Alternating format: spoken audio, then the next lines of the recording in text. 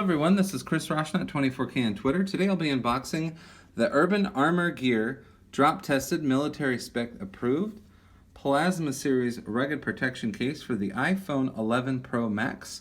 That's a 6.5 inch screen on the new iPhone 11 Pro Max.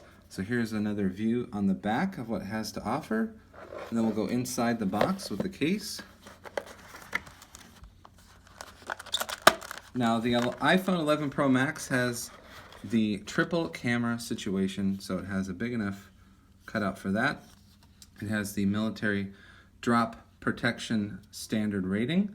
It has covers for your power button, your volume buttons, and then inside you can see what it has to offer for protection all the way around the inside. These are raised in here for drop protection as well. And then when you drop it, it sends the shock wave through away from the phone through this part of the case. And as you can see, your camera array is protected around all the sides, inside and outside, and it has a lip here as well, so when you set it down, it won't connect with the glass here for the cameras. This is the Urban Armor Gear Plasma Series rugged protection case for the iPhone 11 Pro Max.